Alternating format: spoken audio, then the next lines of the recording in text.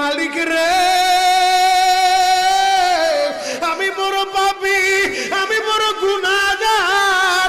ও দয়ার আল্লাহ, আমি 10 বছর তোমার গোলামি করি নাই, আমি 20 বছর গোলামি করি নাই। আল্লাহ আজকে মনিরুল ইসলাম শরীয়তপুরী আমার ভাই শোনা গেছে তোমারে বন্ধু বানাইলে ওই জান্নাত পাওয়া যাবে। মালিক রে, তুমি আমারে দাও না মাফ কইরা। যুবক রে, যদি কেউ আল্লাহরে বন্ধু বানাইতে পারে তার কোনো আর চিন্তা নাই, তার চিন্তার কারণ নাই গো বাবা। এ যুবক ভাইরা, দাড়ি পাকা বাবাজিরা, সবাই আমার দিকে একটা নজর তাকান। এই যে দেখেন আমি হাতের ভিতরে আহারের টিস্যু দিয়া কাফনের মতো একটা দৃশ্য বানায় ফেললাম।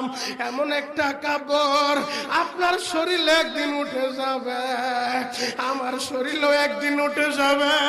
ও চেয়ারম্যান ভাইরা, ও মেম্বার ভাইরা, ও নেতা ভাইরা, ও আলেম ভাইরা, এখন কাঁদতে বলছি, শুধু কাঁদবা। জীবনে কত জায়গায় আমরা গোসল করলাম।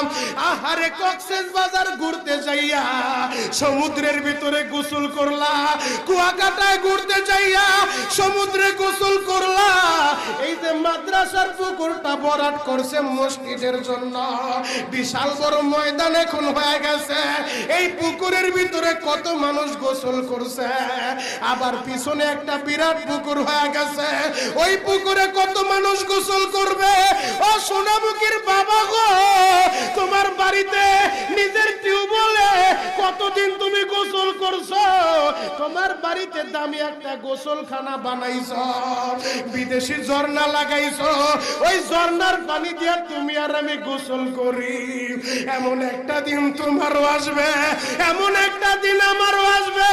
আহার, ওই ঝর্ণার পানির গোসল আমার হবে না, পুকুরের পানির গোসল হবে না, আমার আপনার একটা গোসল দিবে। কেমন গোসল দিবে জানেননি? বড়ই পাতার হালকা গরম পানি দিয়া।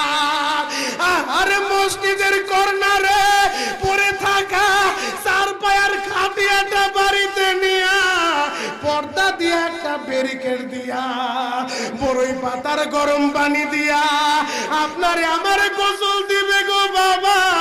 ওই গোসলটা যেদিন দেওয়া হবে, আহারে, এরপরে আর দামি কাপড় পরতে দিবে না।